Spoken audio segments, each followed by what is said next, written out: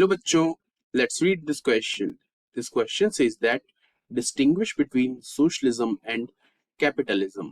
ये क्वेश्चन हमसे सोशलिज्म और कैपिटलिज्म के बीच का डिफरेंस जानना चाह रहा है. तो इस क्वेश्चन के जो की कॉन्सेप्ट हैं वो है सोशलिज्म एंड कैपिटलिज्म. तो सबसे पहले हम समझते हैं सोशलिज्म के बारे में.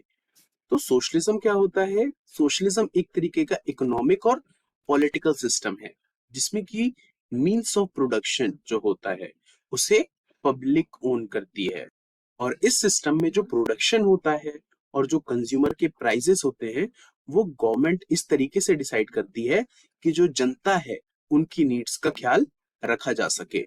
अब हम देखते हैं कैपिटलिज्म के बारे में. तो कैपिटलिज्म एक ऐसा इकोनॉमिक सिस्टम है जिसमें कि मीन्स ऑफ प्रोडक्शन जो है उसे प्राइवेटली कोई कंपनी या कोई आदमी ओन करता है. जैसे कोई एक बड़ी प्राइवेट कंपनी है, उसका मालिक कौन होता है? एक कोई इंडिविजुअल हो सकता है, कोई प्राइवेट एक एसोसिएशन हो सकता है.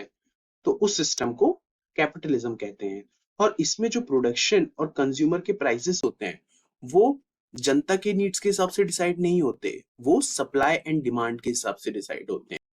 तो पहला डिफरेंस सोशलिज्म और कैपिटलिज्म में ये है कि सोशलिज्म में जो मीन्स ऑफ द प्रोडक्शन है उसे पब्लिक ओन करती है और कैपिटलिज्म में उसे प्राइवेट एंटिटी ओन करती है.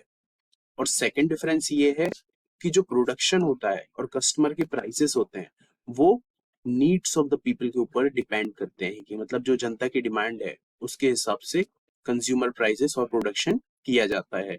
whereas in capitalism it is based on the free market system of supply and demand. So these are the major difference between socialism and capitalism. I hope you understood well. Best of luck.